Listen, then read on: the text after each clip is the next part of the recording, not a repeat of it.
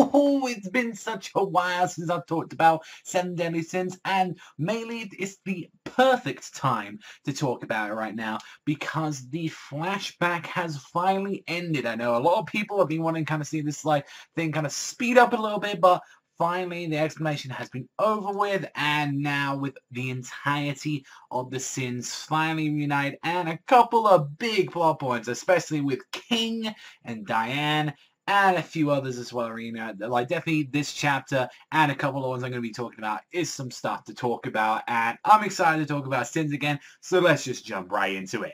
Firstly, we got to talk about King and Diane passing Delore and Gloxinia's trials. Now, if people didn't actually kind of remember or are still like kind of catching up, basically their whole trials, as we know, is they were going back to the past to understand the situation, and the two main trials of them to actually pass it was doing two things differently than what Delore and Gloxinia did from like a couple of hundred years ago when they were making that promise. And you can clearly see it on that with like King's was a lot more of an easier one, whereas like even though it's still hard for him as to he saw like, you know, like the girl from like the Fairy King Forest being pretty much destroyed, like, you know, like Gloxinia's own sister being absolutely like ravaged by that rope, which we didn't know the full story of because he actually protected them, and you know, just shit ended up that way. And his whole thing was King was able to actually hold that back, while we saw in like Gloxinia's case that he completely like took that guy's torso off, everything, like you saw he could like succumb to his rage, and that was the difference from like what happened to him. Meanwhile, with Diane's one was a little bit more comedy based, as he was like she was facing off against like Zeldris, and pretty much it was like you have two options. I made sure it was impossible to get, like Delore was like casing out. It's like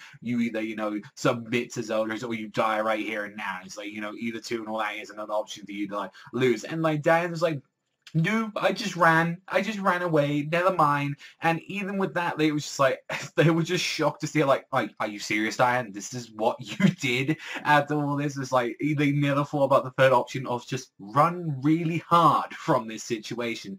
But I think it's time we talk a little bit about the King and Diane stuff as we kind of like wake up like from the next day, because Diane kissed, like, by the way, that's the thing, Diane kissed King, and that was a thing where it's like, he thought he was dreaming. He's like, I dreamed she would kiss me. It's like, that wasn't a dream, King, as they wake up, and it's like, she wanted to thank, like, you know, she finally got all her memories back thanks to like, after like Galva from the past gave her, returned her present memories. Don't ask how that fucking works in the flashback for the most part, but fuck it, it works that way. It's magic, I guess. And then even this way, it's like, you know, I wanted to say this all these years and go, like, and even still, like, I finally got this moment, which has been something that was kind of annoying that, you know, like, Diane and King, like, especially, like, their whole thing just got completely stopped just because it was, like, this whole memory flashback. And it's been a good, like, cut. I think it's been, like, a year since they've been like this and all that. It's been over, like, 50, 60 chapters since this, like, whole arc, and it's like, honestly, I felt like King and Diane throughout the entirety arc, and I've said it before in multiple things, that they've been the weakest ones out of the group. Not like physically strength-wise. I feel like characters where like you saw like the insane stuff that was happening to Meliodas, to Bond, like Merlin was getting low major. You had even like newcomers like Escanor, and even as well Galva. Galva I didn't used to care for a lot, but then again, I felt like all the other sins were actually getting up there and like a lot more interesting. And even after like, you know, King had a great like backstory that kind of, you know, tied in a lot with Bond's one, but I always felt like King and Diane were the two weakest out of the cast, and then it didn't help that their entire kind of like relationship, like even with the stuff that they had, completely halted. And then even I thought the training was going to be more focused around them, but it was more going into a flashback. That was kind of what the thing I had an issue with them. But now that they're finally, but like, you know, sort everything back to them and there's progression, I kind of like the fact that, you know, like Diane was the one to confess like to him after all this time, and the fact that, you know, I'm a sucker for romance. I'm a sucker for romance, and like the fact that she said, I have always and always will love you, and do you still feel even that way now, King? And the fact that like he returned those feelings, like, and just gets it straight up. I was like, there's a part of me where I'm like, oh, you know, it's happening. It's finally progressing. You don't get to see that a long time in shonen series where it's like, you know, the two hookup that you want to see for a while. That not even happen till the end of the series itself. being in the middle of this series already, from what they're talking about, this is, obviously the second arc out of, 3, which I imagine the third one's going to be pretty long as well. I'm kind of happy about that, and even as well, finding out that King has also progressed as well as a Fairy King as well, because he's now actually sprouting wings, although nothing compared to, Gloxinia. You can see as well that this is also going to give him, a huge power up, and it's, finally something that he was always so, he hated that he never had wings, and finally, a weird thing with, the dog Oslo. Yeah, I know. We're talking about the dog Oslo, which I know a lot of people, had, problems with Ozzy, with him, Ozzy not really appearing in the anime and stuff, but, and some, explanations that went there. But pretty much what the thing is with Oslo, if you remember a certain character I talked about a while ago, if you actually read the chapters, Ro, Ro is the guy, he's the reincarnation of this dog, and I was like, wait, what the it was a weird thing where it's Oslo pretty much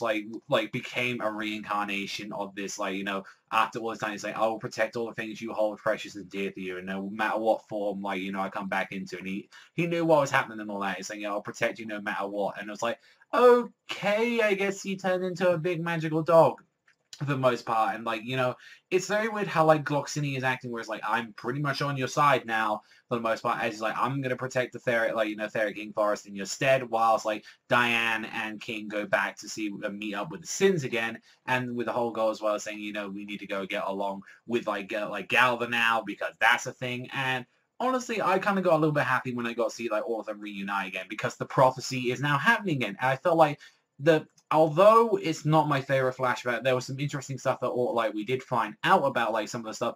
I did feel if anything, this big flashback, and I know as well that the manga's been ill, he's been throughout this time. It did drag on, and I felt a good proportion of it, not half of it, but I feel maybe a third of it could have been maybe cut down, kind of sped it up a little bit, because I did think there was bits grinding out there, but pretty much no, we didn't know what happened to Delore at the end of this, so we already know for the most part that they're either just not gonna be involved in this fight anymore, because their whole thing was we want both King and Diane to pass them, and since they learned from this and all that, and actually they've seen and wielded the powers of what a 10 Commandments is, this is gonna help them now in the present. But now the most important thing is that everyone's back, and now we're going to see how the gang's pretty much going to interact. It's been so long since the full-on gang has been back together, the full 7 Deadly Sins.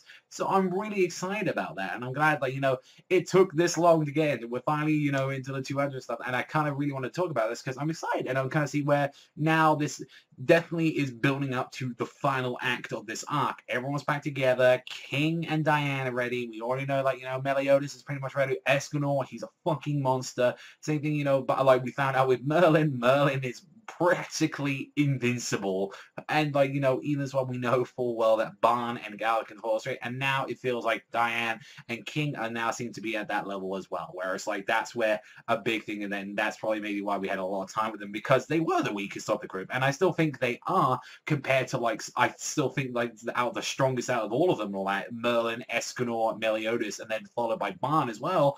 They're up there, and I even still as well think until King fully masters his Fairy King powers, and same thing with Diane until she actually masters everything that the Giants tribe can offer, and all that, and the Earth dancing and stuff like that.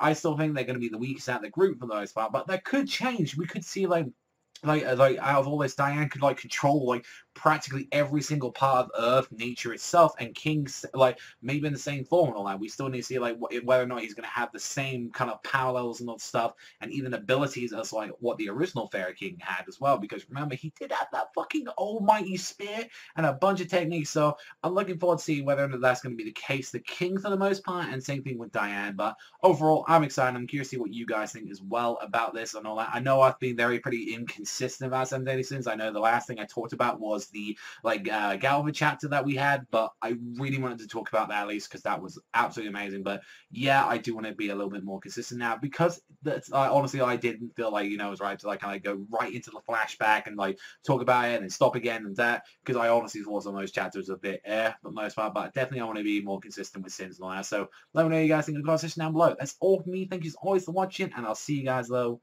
next time.